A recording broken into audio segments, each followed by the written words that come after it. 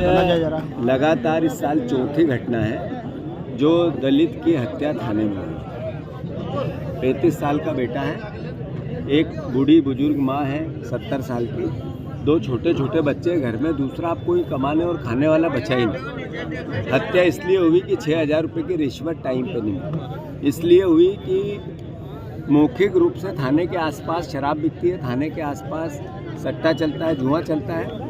थाने का इन्वॉल्वमेंट पूरा क्राइम रोकने में नहीं, क्राइम करवाने में हो।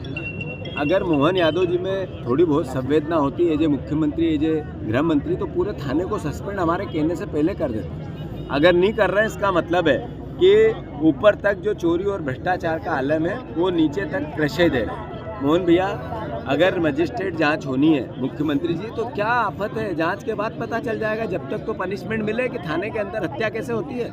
आखिर क्यों इतनी जिद? प्रशासन जनता का है ना, इन दलितों के वोट से तो सरकार बनती है ना। दलित समाज के लोगों के साथ ये सरकार की बेरुखी क्यों? और ये कोई मेरा आरोप नहीं है, ये एनसीआरबी के आंकड़े भी हैं। ये नरेंद्र मोदी कहते हैं कि सबसे ज़्यादा दलितों पर अत्याचार, उनकी महिलाओं के साथ बलात्कार, उनकी दलितों के परिवारजनों के साथ हर तरीके की अराजकता कहीं होती है तो मध्य प्रदेश में होती है। उन पर पेशाब की जाती है, उनको आग लगाई जाती है, उनको घसीटा जाता है। तो आखिर ऐसा प्रदेश कैसा बनाना चाहते हैं? तो अगर ये इस लड़ाई में जिसमें मौत हुई, हत्या हुई, उसमें भी न्याय नहीं करना चाहते, ऐसा रावण जैसा अहंकार हो गया सरकार का। हमारी कोई मांग नहीं है, ये संस्कार है। अगर पनिशमेंट देना है तो थाने को दो, अगर जांच में कोई दोषी नहीं पाया जाए तो उसको वापस बहाल करो। पर इस गरीब का क्या, इस बच्चों का क्या? ये 3 साल, 5 साल, 10 साल, 8 साल में ये माँ मर जाएगी। इनकी 80 साल की उम्र है, 75 साल की उम्र है। इसके बाद इन बच्चों का क्या होगा? 12-12, 13-13 साल। क्या सरकार नहीं देखेगी? केवल सरकार हवाई जहाज खरीदने के लिए है, सरकार केवल उड़ने के लिए है हेलीकॉप्टर में, भ्रष्टाचार करने के लिए सरकार है। तो आखिर ये काम वो नहीं करेंगे तो कौन करेंगे? और जैसा हमने कहा, हम सब यहाँ परिवार के लोग बैठे हैं, ये हमारे साथी भीम आर्मी के लोग भी हैं, सारे परिवार के यहाँ बैठे हैं, आम जनता भी, सतवास की और आसपास की यहाँ किसान अलग है, 36 कौम के लोग आए हैं। ये कोई केवल दलित परिवार का इंसानियत पे भी धब्बा है। तो आखिर इंसानियत की रक्षा एक राजनीतिक स्वच्छ दिमाग से, पॉजिटिविटी से, सकारात्मकता से लड़ाई नहीं लड़े तो कौन लड़े? कोई जिद नहीं है, कोई अहंकार नहीं है, कोई हम कहें वैसी बात में न्याय करो, और न्याय नहीं करेंगे तो हमें गांधी जी हथियार देके गए हैं, बाबा साहब अम्बेडकर हथियार देके गए हैं, उस हथियार का उपयोग करेंगे और बैठेंगे, भूख हड़ताल करेंगे। टीआई साहब को तो सस्पेंड कर दिया गया है। पूरा थाना होना चाहिए। अभी कह रहे थे टीआई छुट्टी पे थे, अब कह रहे सस्पेंड कर दिया, मतलब लिपापोती करना चाहते हो। भैया आपने क्या किया? अगर जब तक यहाँ पर इनको न्याय नहीं मिलेगा, जब तक 4 दिन, 5 दिन, 6 दिन धरना देंगे आप? न्याय करना पड़ेगा, अन्यथा हम अपना काम करेंगे। हमारा दायित्व, हमारा धर्म नहीं पड़ेगा। अभी कलेक्टर एसपी से चर्चा हुई भैया, तो आपने बोला कि उनका रवैया जो है तानाशाही से। हाँ बिल्कुल, यहाँ एसपी और कलेक्टर को थाने पे होना था। आखिर एक व्यक्ति की मौत थाने में होगी, इतनी बेशर्मी है उनमें, इतना पद का अहंकार है कि वो वहाँ से डील कर रहे हैं पूरी व्यवस्था को।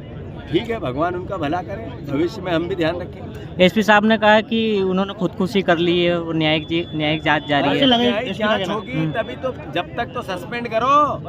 प्रदेश जी पहुँचे, आप भी पहुँचे यहाँ पे और लगातार आपका धरना जारी है, क्या कहेंगे? देवास जिला अनुसूचित जाति और जनजाति के लोगों का जिला है, और देवास जिले में अनुसूचित जाति और जनजाति के लोगों की हत्या भारत में सबसे ज़्यादा है।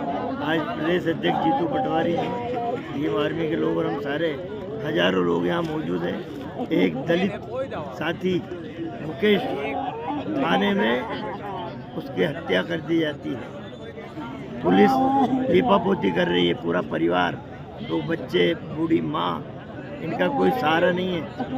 हमने कहा है पूरा थाना सस्पेंड करो और उसके बाद FIR दर्ज करो पुलिस वालों पे, और मोहन यादव की सरकार कम से कम 4-5 करोड़ रुपए इन गरीब को दे, वरना ये आंदोलन पूरे प्रदेश में फैलेगा, पूरे देश में फैलेगा। भैया विद्वान जिस तरह कहा कि अगर यहाँ पर सस्पेंड नहीं किया जाता है तो 1 दिन, 2 दिन, 4 दिन, 6 दिन तक हम यहाँ पर धरना देंगे बैठ के। बिल्कुल, जब तक न्याय नहीं मिलेगा।